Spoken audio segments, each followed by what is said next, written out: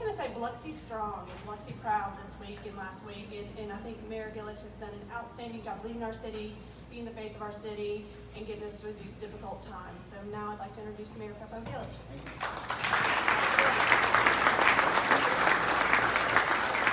Thank you, Rachel. Thank you, Chamber. Thank you.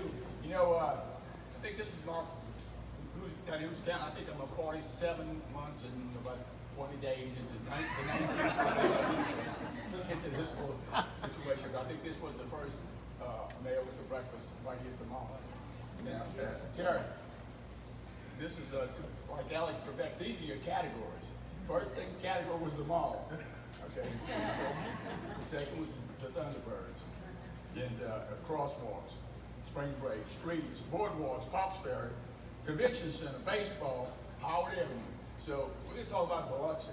All right. But and anything else you want to talk about. But I don't know how much time you have to get comfortable. Okay. But of course, the mall. You've done a tremendous job because you transformed and you keep on top. And you Brick and Spoon, that little thing. I mean, really, the theater was awesome. And what was the movie that you went to see the other day? It's a girl movie. I didn't go see it. Chick-fil-A. But it was very nice. But it did. Like I said, usually one of these events, I spike the audience with my family. But I want to welcome my family here. Usually there's a lot more of them here. But of course, our crazy Keesler cousins are here, and we're awesome. That's awesome to be here. And it's been such a thrill to work with everyone. Yeah, specifically in general, lady, and it is a terrific relationship. But you mentioned something that really Chief Miller, and not just Chief Miller, Chief Papania, the things that really moved me. It's a terrible, terrible, dreadful event that we went through. But that the whole funeral was unbelievable. I don't think too many presidents had a better funeral than Robert had. Truly moving. I mean, tears were in my eyes from we left the church till we got to the VA, even at the VA. So Chief, and did a tremendous job. And his job's not over. Yesterday I saw some things that were happening together with Chief Papania, Chief Miller. This was at 7 o'clock at night. And you can rest assured you can take comfort. And I was there about 2 hours after. Thank you, Vincent. Are you here? Yeah. Well, let me start. You want to start again? Yeah. Okay, Terry, about the mall. Anyway. Good job. But anyway, I was there a couple hours after this happened. It was unbelievable, with all the organizations, of course, our police force, which everyone can take consolation, take comfort. And as Deb said, when these things happen, no matter what it is, there's a well-oiled, organized, dedicated group that's going to, go after the solution. And it was truly, amazing to see that collaboration. So you can be proud and take comfort in the folks and the dedication of the people who do things that need to be done from the city, from the state, from the county, from the Air Force, and all those agencies. It was unbelievable. We talked a little bit about the Thunderbirds. I think it was 80,000, Vincent? Yeah. But Mother Nature threw a little curve at us, but everything else we could handle, whether it's things on the beach or not on the beach, but that was great. But truly it was, an amazing thing to have what you could see at the flight line and the shows that were over the water, as well as over the airstrip, and of course all of this place. It brought me back because I can remember Armed Forces Day was the big deal. You could, do things that you normally didn't do. So it's awesome. We're going to talk a little bit about Howard Avenue, but I'm going to relate a story that I heard just the other day about Keesler and some of the things. Fred Hayes, out of all humanity, right? Been 24 people who circled the moon. Fred Hayes is one. He didn't make it to the moon. And I'll tell you another story about making it to the moon. But so 24 people. Anyway, he's talking about his childhood in Biloxi. What kind of life did you experience? He said, it was great. 33, I was born, and it was 14,000 people, and just went along. Everything was safe, friendly, beautiful, and great life. So I had a paper route, a couple of things happened, but anyway, I did my chores, and my mother would let me go. All that changed in 1941 when you had 100,000 soldiers come to Biloxi. And Biloxi just exploded. In Biloxi, there was a place called the Union Bar. Anyway, he liked to shoot pool. He liked pool, but he wasn't quite old enough. But he said every payday that all the pool hustlers, the pool sharks would come over from New Orleans because they would get into that, all the soldiers and airmen would work their way down to the Union Bar. So that was quite an event. So we're going to celebrate a reunion at the Union on this Friday. I think we got a pool player over there. Right, Roy Nicholas used to do a little bit of that. And somebody called me the other day, says, FoFo, there ain't too many of us around. It used to be, so it's all right, there'll be enough. And I think Nikki Matina, it used to be called the checkmates. Now I think they call the outpatients now. So they'll be playing, we'll be singing, there'll be some beards and shrimp and so forth. You'll have a good time. That's at 4:06 p.m. Does anybody know the significance of 4:06 p.m.? Okay, so we'll let you know that secret. So anyway, we're real pleased and proud to do that this Friday. So back to my list, like Alec Trebek. We got through spring break. I think this year Chief Miller did, with those cones. I think made things more organized. And I actually had less arrests, less tickets than we had the prior year. And yeah, well, not too much aggravation. I can't do too much about that. But that worked. We're going to try and do better every year. Crosswalks. We just went off the other day. I think went off, pretty good. And we had some discussion about the color. When you see Biloxi, of course, we had a few limbs on oak trees now. We had to kind of clear that up in the back a little bit. But that is going to be lighted. The Biloxi part of the second crosswalk that we put. Of course, the one that MDOT did at the ballpark was a little bit different. It crosses 6 or 7 lanes. This one just crosses the 4. But right there, I think strategically it's a good spot, and it'll be cool. And I think Mike Leonard, of course, my crew. I forgot to thank everybody within the city of Biloxi as part of Team Biloxi, and I thank them. And a lot of good things are happening everywhere. Streets. Okay, we got a few streets under construction, but we got the north and the south contract, and we're actually doing a lot of base. I think we just got a handful of streets from the north contract that still in a dirt mode situation. But I think base coat is almost everywhere. And some of my friends said, so when are you going to get to my street? I said, we're saving that for last, so you're going to have the newest street in Biloxi. Falls for Dolphins. One of my cousins too. So always, it's going to be last few years. I said it could be done by December. I didn't say which December, so but it will be done by December. So, right, Walt? Yes, sir. All right, very good. But we're going through some trials and tribulations there. We had a meeting with some folks from FEMA and MEMA the other day, and the bones. You know about the bones, right? Okay, so it stopped. Was it April of 2018 we did it? Okay, as we were doing a water line along Highway 90, which is the westbound lane of Highway 90, which was added in 50-something, I believe. Made it a 4-lane from the 2-lane highway that used to be closer to Seawall. Well, it was right up to the oldest part of the cemetery right there on the beach. And of course, we uncover a burial spot and some human remains. And anyway, through the analysis and everything, it turned out to be not prehistoric. It was actually of course, the coffin and everything was going away, but they examined things, and it was determined that it was not, an Indian burial site and everything. But one of our challenges we went into a mode of ground penetrating radar, GPR, and determined there's probably 11 or 12 more sites that we have to handle. And so MEMA and FEMA and the EHP, which is, I don't know what that stands for, but it's historical, and you got to pay attention because this is all federal programs, and we've got consideration to the Indian situation, and preservation and all that, but we had the determinations that we could go directional boring or jack and bore, and but if we can't do that on one spot, which the biggest part is our gravity-fed sewer system, and you really can't change that direction because you got to maintain that slope. Well, the gravity-fed sewer system is going to save about 75 lift stations, so that's a big thing. You lose power there and everything stops.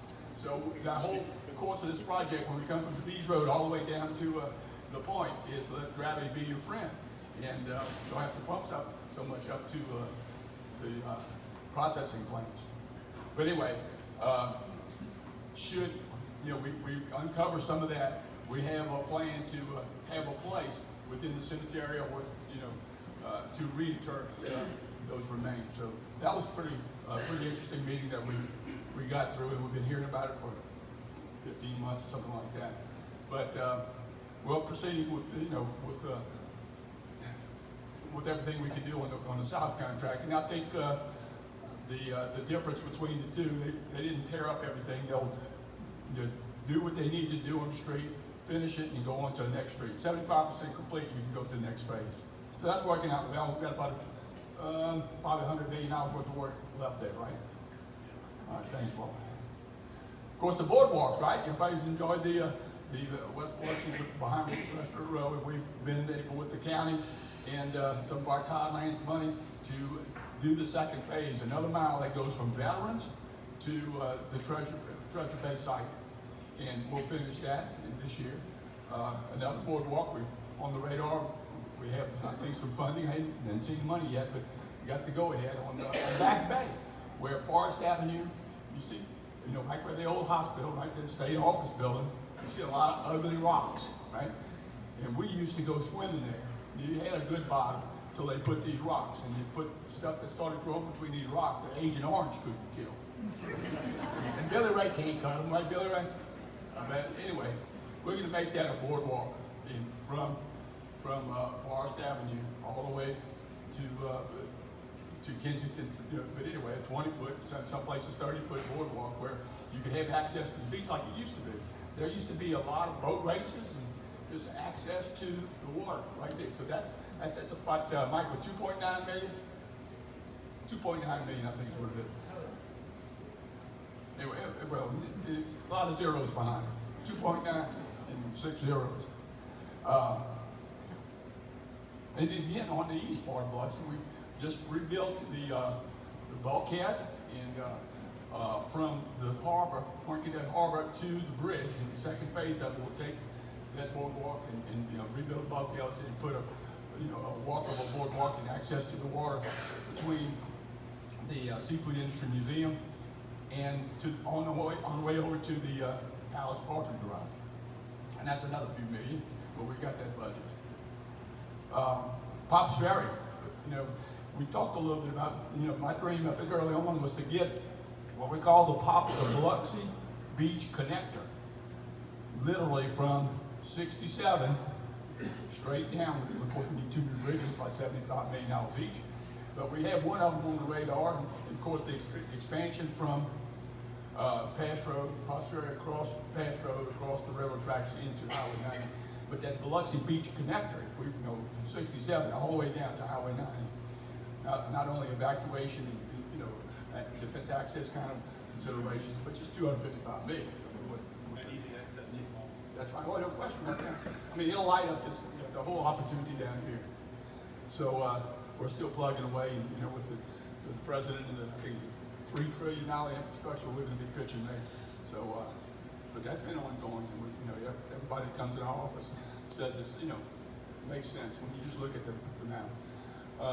It'll light up a lot of Wool Market opportunities. And so I think we got a new subway in Wool Market, right? Nathan, where you at? DeLuca. So anyway, opportunities popping up all over the place. But on Thursdays, if you miss breakfast here, I'll be at the Chevron station Thursday morning, 7:30. So and that's been ongoing. But I mentioned a little bit about convention center. Well, there's a study going on that this part of the you know, where the existing convention center and Coliseum is, not too many hotel rooms. And this study is going to be with a part of BBR is the name of the company that we're teaming up, and you know, pretty expensive study. But what we want to have as a result is that we need or don't need another convention space center. We got 5,000 hotel rooms within walking distance. Okay, and the whole idea is to say, hey, this is you need this because of the business. The existing convention center spaces generates about 70,000 room nights a year. The existing, and of course, again, trying to get an unqualified yes that you need to build this. How we build it, where we build it, that's to come. But you know, looking at the numbers and looking at the opportunity, that's what we're trying to figure out. And we're a few weeks away from the last version of that contract. But you know, the opportunity there, I think, is with our partners in the gaming, you know, I call them the 8 families. You know, had nothing to do with just with our 8 partners we meet with every month. But they have a tremendous amount of midweek inventory that's can sell. And the Southeastern tourism people, you know, cannot believe that they could get $79, $89 room nights in the middle of the week for a conference or convention. So we compete very well in that midweek. Of course, all the casinos are full, and you know, they can get up to $600 a night on the weekends. So the whole idea, midweek kind of convention and operations is where we have an edge. And so we're asking, you know, the folks at CSL is the name of the company that's doing this study. And they've done a tremendous amount of work in interviewing everybody who has an interest in doing, figuring out what we need to do. But so we're waiting on that study, and you know, I like the numbers. Show me the numbers. You know, if we could put another 50,000 room nights in play, then it's beneficial to everyone. So if that study says, oh yeah, if you do this, you know, within a half a mile of these hotel rooms, you're going to have an idea that we're going to kick this, you know, this activity back to another level. Wool market drainage, you know, that's a big thing. You know, that's our biggest part of geographically the city, and the growth is out there, and of course it all ties together.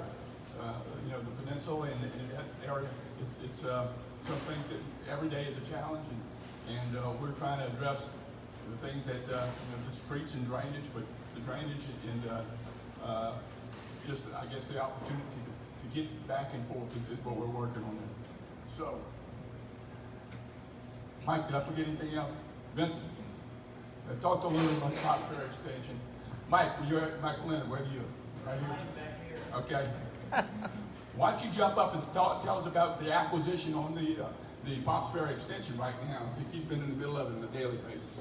The city has $1.2 million budget this year, $1.2 million to acquire the land. That's how much it costs us to acquire the land. A lot of that land is coming from the Coliseum. Yes, we actually have to pay the Coliseum for the land.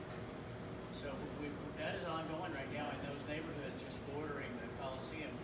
If you went today, you'd find some empty houses that have already been bought. Those being torn down shortly. We're trying to tear them down as quickly as we can. But that Both gets on us the south of Pass gets us. Road and south of the railroad track. So that's going to be $17 million project?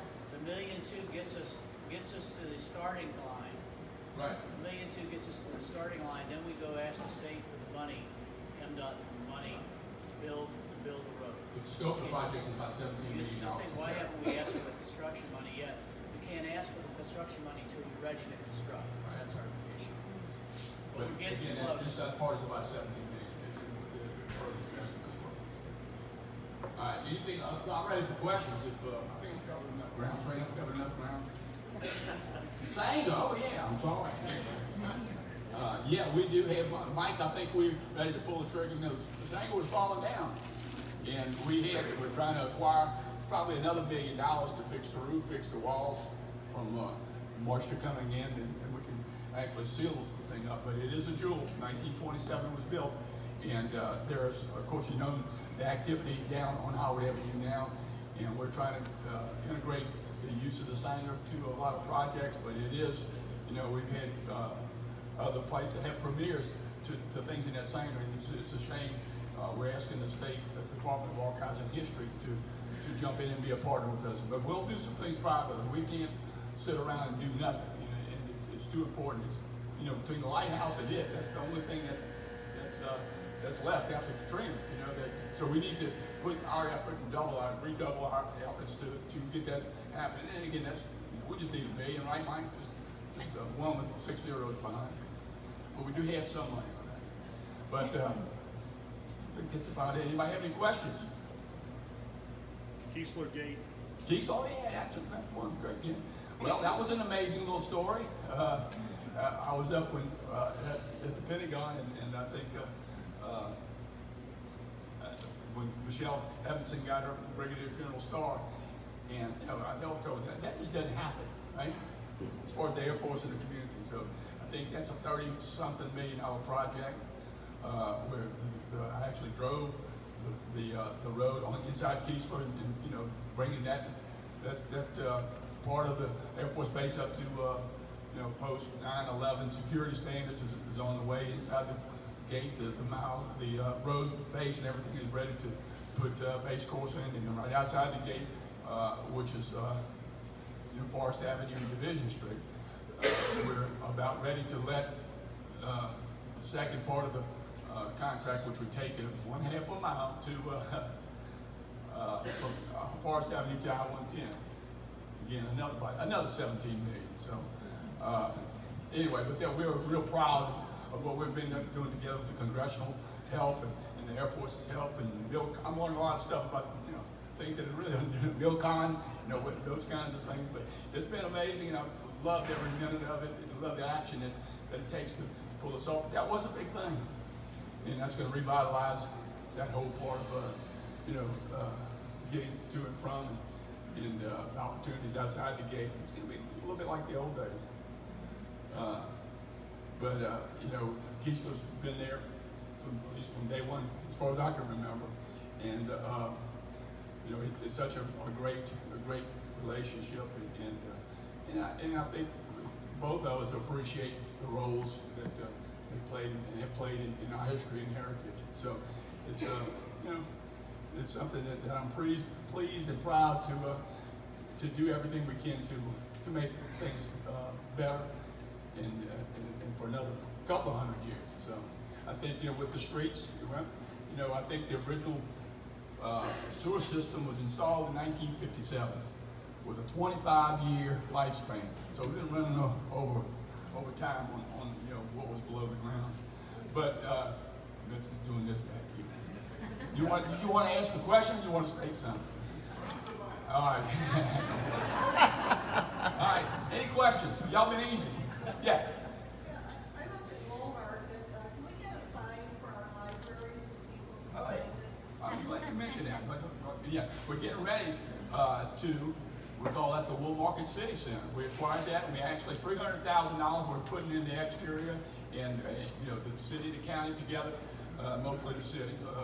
But to, you know, redo that whole. We're actually expanding the building so it's a community, you know, a gathering place. It's going to be kicked out another 25 feet, bricked in, new parking lot, and all of that. Then that we're going to do that final, you know, ribbon cutting hopefully. You know, I think we did a little bit. We opened up the library there, so that was a pretty. I'll get you a sign. So, any other questions?